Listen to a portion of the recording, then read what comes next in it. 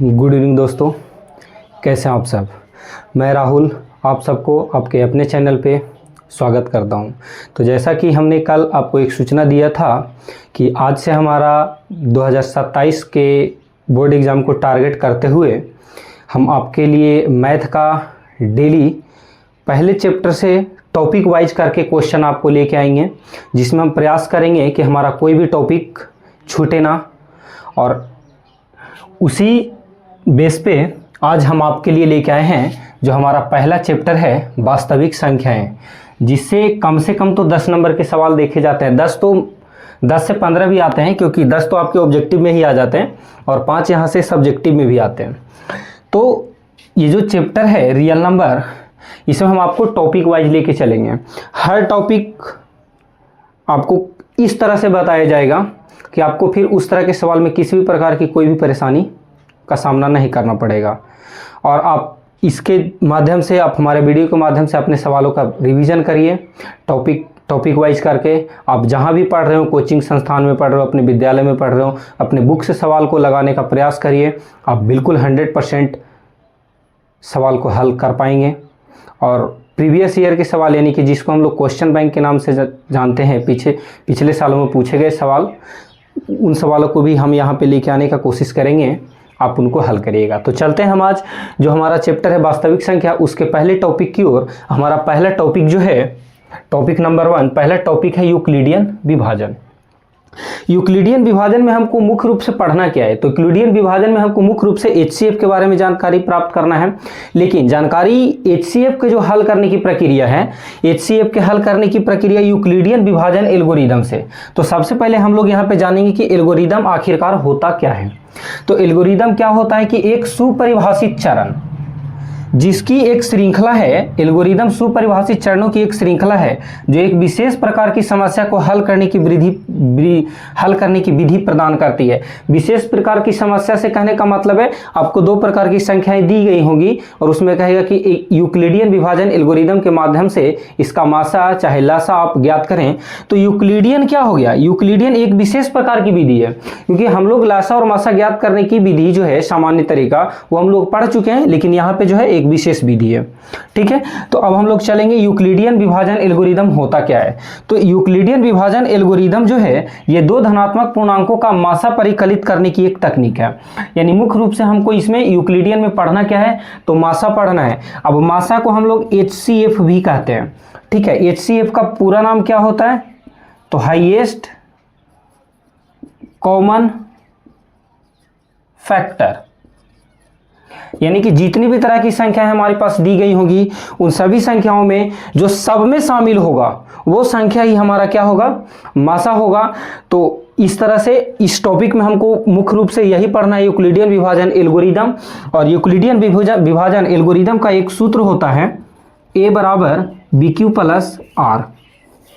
इस सूत्र के बारे में हमको जानकारी है, आप सबको भी जानकारी होगा, क्योंकि हम लोग भाग विधि से जब पढ़े हैं तो वहां पे एक सूत्र हम लोग पढ़े थे, भाज्य बराबर भाजक गुना भागफल और प्लस शेषफल।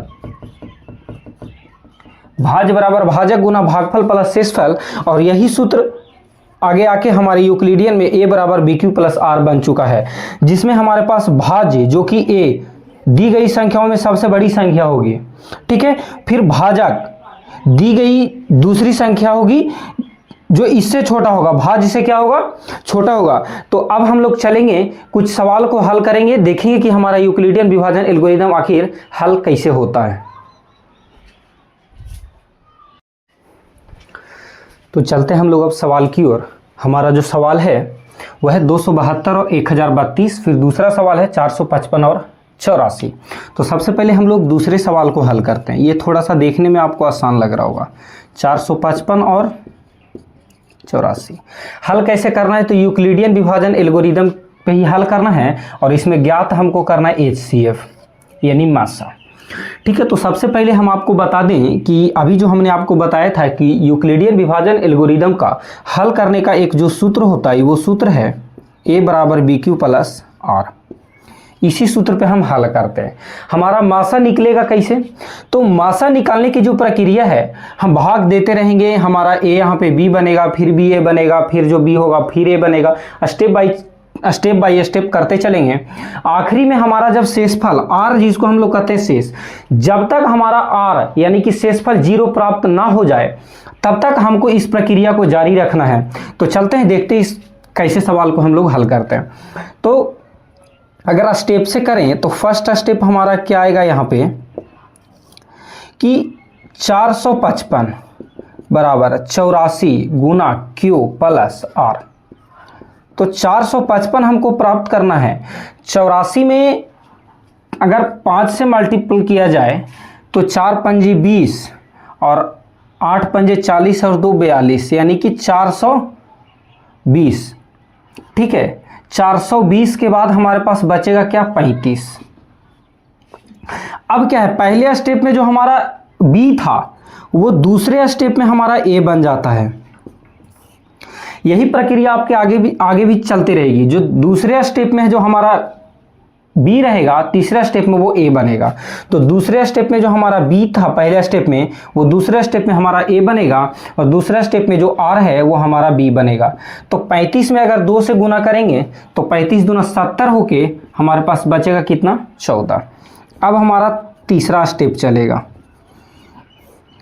तीसरे स्टेप में जो हमारा दूसरा स्टेप में बी था वो हमारा तीसरा स्टेप में ए बनेगा, और दूसरे स्टेप में जो आर था वो तीसरे स्टेप में बी बनेगा। तो 14 में 2 से गुना करेंगे, 14 दूना 28, 28 और 7 35। चौथे स्टेप में चलेंगे। हमारा चौथा जो स्टेप है उसमें क्या है, जो तीसरे स्टेप का बी है वो चौथे स्टेप में ए बनेगा, और जो तीसरे स्टेप का आर है वो चौथे स्टेप में हमारे लिए बी बनेगा। तो 7 दूना 14, और इस प्रकार से R0 हमको प्राप्त हो गया। तो हम यही आपको बताए थे कि ये प्रक्रिया तब तक जारी रखना जब तक कि हमारा R0 ना हो जाए, और जहां पे R0 होगा जिस स्टेप में, उस स्टेप का जो B होगा वही हमारा HCF होगा, और इस प्रकार से ये हमारा एक सवाल कंप्लीट होता है। तो अब चलते हम लोग दूसरे सवाल की ओर।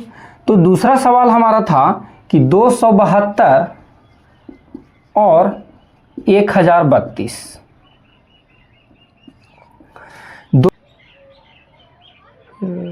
अच्छा 272 है ना,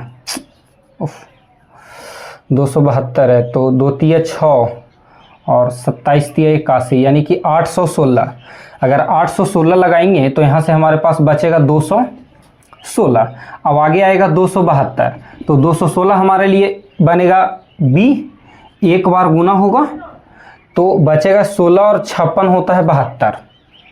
अब वही काम हम अगले स्टेप में करेंगे। जो हमारा बी था वो ए बनेगा, और जो आर था वो बी बनेगा। तो 56 में अगर 6 से गुना किया जाए तो 6 छक 36 और 6 पंजे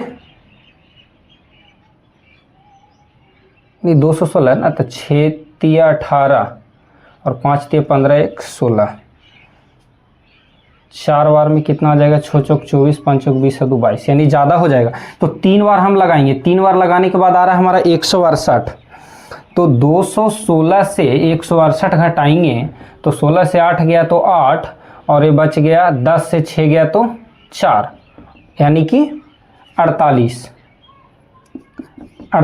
अब यहाँ पे हमारे लिए 56 क्या बनेगा?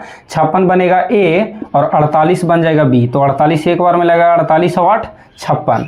अब 48 बनेगा ए और 8 बनेगा बी, तो 8 छक 48, और आर क्या आ गया? 0। और यही हमको आखिरी तक कोशिश करना है कि जब तक हमारा आर का मान 0 ना आ जाए तब तक इस सवाल को हम लोग हल करते रहेंगे। और जहां जिस स्टेप में आर का मान 0 आ गया उस स्टेप का जो बी होगा वही हमारा HCF होगा। तो हमारा HCF इस प्रकार से हो गया 8। तो ये हमारा पहला टॉपिक था, और आज के इस टॉपिक के साथ हमारा ये वीडियो यहीं पे समाप्त होता है। आशा है कि आपको हमारा कंटेंट अच्छा लगेगा। तो अगर हमारा कंटेंट आपको अच्छा लगता है तो हमारे चैनल को आप लाइक, शेयर एंड सब्सक्राइब कीजिए। धन्यवाद।